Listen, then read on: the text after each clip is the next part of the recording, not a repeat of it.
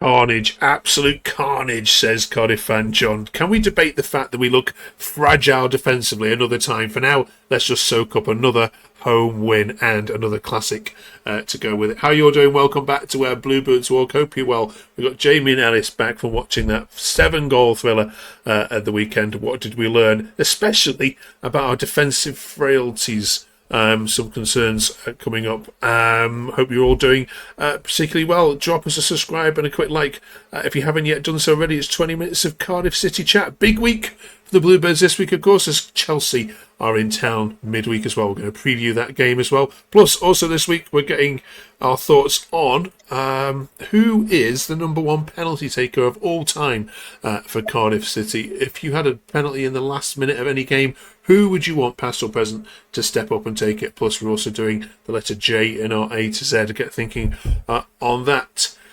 Jamie, where do we start with that game then? So we start with the positives. First of all, who impressed? I think Kean Ashford, brilliant.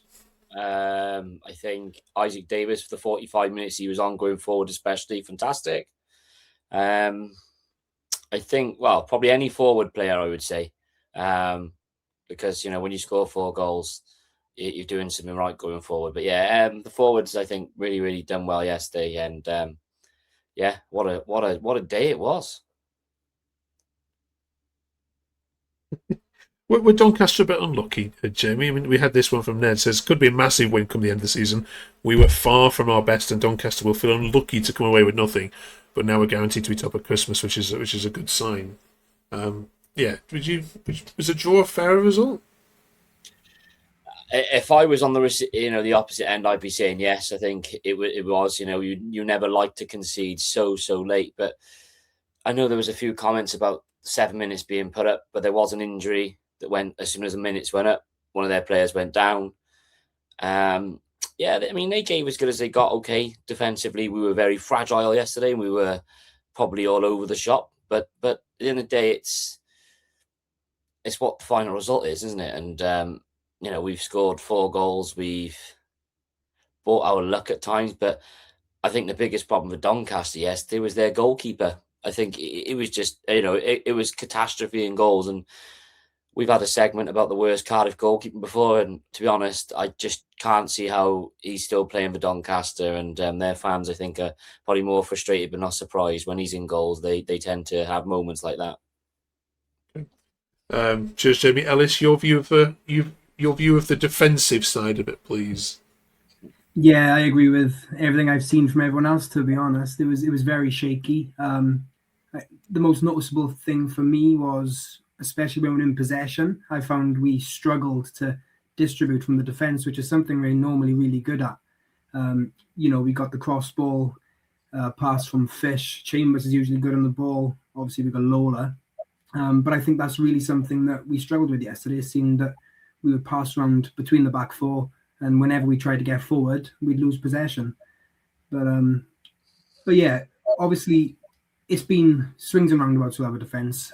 Some games we've looked really, really good. Other times it was like yesterday, and it's slightly worrying. But the main thing is, as long as our forwards score more goals than we concede, then I'm happy. I'm happy with that. I think to tack on to what Ellis says there, it was the complete opposite of what happened Tuesday night. We kind of expected, well, we knew what we'd get at Stevenage. So Callum Chambers had a really, really strong performance, and our back line looked very resolute in that game.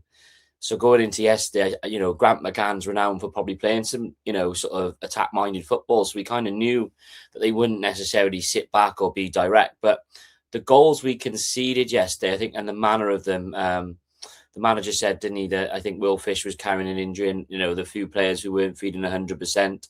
And, that probably was evident with especially the one goal where we just, one ball split us at the back and we just looked so slow to react. And, I suppose the good thing about that is we got that character that we showed to keep going. And, for 20 minutes, I thought at one stage Doncaster were probably going to go on and win it. But listen, what is it with left backs, Irish left backs in particular, scoring injury time winners in front of the Canton end? It was, it's the best feeling you can ever have, I think, is celebrating a last kick of the game goal. to win you any match. Yeah, and shout out to Joel Bacon as well, as we mentioned on here a couple of weeks ago. Gosh, I don't want to have this chat again, but we have to represent what we see online. Can we talk about Chambers between both of you, if that's okay again? Ellis, some people are saying, the reason we concede 3 is because of him. I've seen some people say never play him again. Others are saying, look, when he was in midfield last season, he was all right there. Why is he not there? What's your thoughts on it?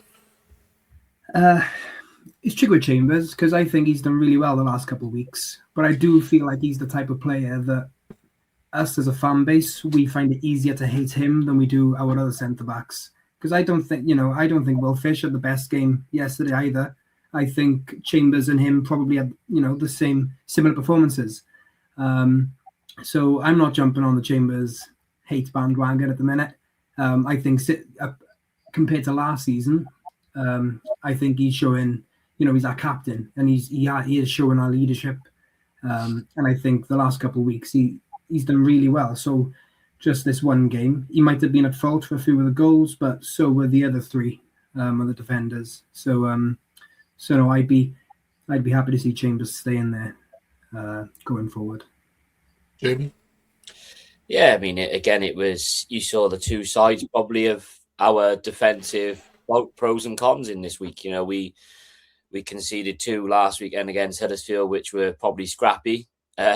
To concede the amount of goals we're conceding at home, albeit we're scoring as well, it can be probably a bit of a concern or an area to work on. But you look at Tuesday night at Stevenage, we were defensively resolute. We were very strong. And I know people might say, but it's Stevenage and so on. But you know what you're going to get when you go to places like that. And physically, I thought we stood up.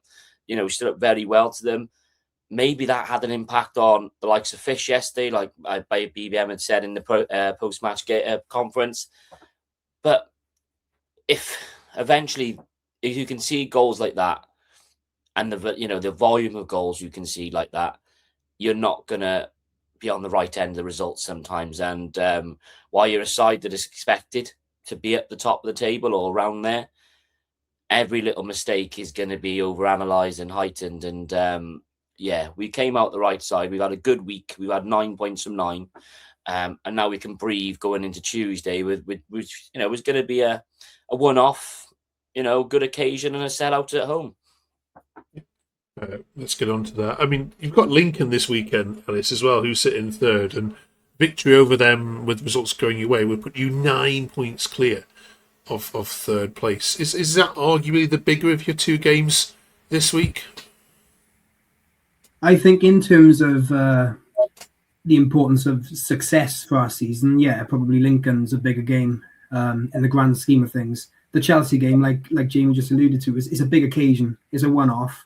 Our fans aren't going to get down in the dumps if we lose against Chelsea, but we're more likely to get down in the dumps, which we shouldn't because we're still top, 4-point gap, but we're more likely to get down in the dumps if we lose to Lincoln. So in the grand scheme of things, I think Lincoln is the bigger game, but Chelsea is certainly, obviously the bigger occasion. Is that going to influence his team selection, Jamie, do you think, Tuesday night with this massive fixture on Saturday? Possibly. I mean, Callum Robinson hasn't started of late, rightly or wrongly. He has already said that he's frustrated with his lack of minutes, but he understands it to an extent. But he's got a cracking record against Chelsea, isn't he, from his times at West Brom and various other clubs. So you'd expect he'd probably start. One thing you're going to get is you're going to be exerting a lot of energy, aren't you, in a game against Chelsea, or dominate possession and so on. So I'm just hoping we make it competitive no matter who we play, because an early goal will kind of, I think, take a bit of sting out the occasion.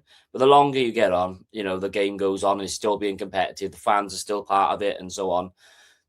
Energy then comes from that area of the pitch. It comes from the fans. It comes from everything else. So, listen, there probably will be a handful of changes, but like Ellis said, one's an occasion, and the other thing, Lincoln is a massive game individually, but also going into the festive period where, like you said, 9 points. That's a massive buffer with still that game in hand as well. Yeah. Okay. Well, we wish you all the best for Tuesday night. Of course, the whole of the Championship and League One, I'm sure, will be behind you, and the Premier League, of course, as well. Maybe apart from one team in the Championship. Other than that, good luck against Chelsea. Should be a good spectacle and a sellout, as you rightly say, as well. There's been lots of missed penalties in League One this weekend and last week. It's got us thinking about who would you want over that penalty kick if the match depended on it. For past or present players, your number one person, Ellis, you'd want to have and be 100% certain that was going in the back of the onion bag. Who would it be for you?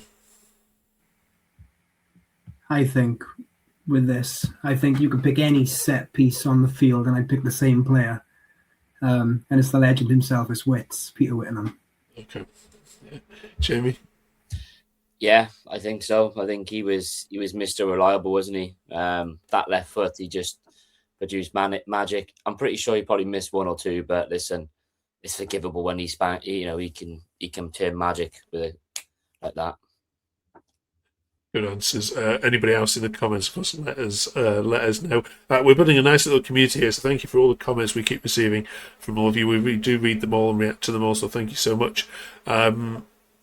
We're trying to get to 100 subs before Christmas. Can you help us get there? We're so close. Another 10 or 12 to go. That'd be amazing. Thank you so much if you can help us do that. Right then, up to letter J. This week in our A to Z, some good ones here, I think. Jamie, who have you got? I'm going to go for somebody that probably didn't do a lot, but was a fan's favourite in his short tenure at Ninian Park. Eddie Johnson, Mr. USA, the original one. Yeah, scored. It took ages to score his first goal, which he scored against Doncaster. And I remember then when he was a midweek game at home against Derby where he scored, and then he scored an own goal at the other end. So we loved him, and some of his shots, like I remember as a kid, like he had a shot and it went so high that it cleared the stand. But yeah, Eddie Johnson for me would be probably the one I can think of. Bro, Ellis? Coming into this, I thought Jay was going to be an easy letter, but when I thought about it, completely blank. So, being a Welsh club, we've obviously had a lot of Joneses playing for us. But a lot of them were before my time, and the only one I can remember was Kenwyn Jones. But I think for the purpose of today and after his 99-minute goal, I'm going to cheat here, and I can use a first name. Okay. I'm sure there'll be some in the comments, like, No, definitely will. You forgot someone. People like Roger Johnson, who left us to go to Birmingham, I believe it was. But at the time, he had a good partnership, at centre half, and Jay is a probably a very common one that thing. But Kenwyn Jones is a good shout, Ellis. I used to love his celebration, his flip, and unfortunately for us, it was probably at a time where after relegation and everything like that, we had financial struggles. We just weren't going to be able to keep a hold of him. But we always loved Kenwyn Jones, I think, down here. Oh, great shouts. Right, who've they missed though? In the comments, please let us know. Thank you very much, you two. Appreciate all your comments this week. Good luck against Chelsea. Good luck against Lincoln. We'll be back here next week to review it all as we get on to K. Thank you very much for all your support as well. Have a great week, everyone.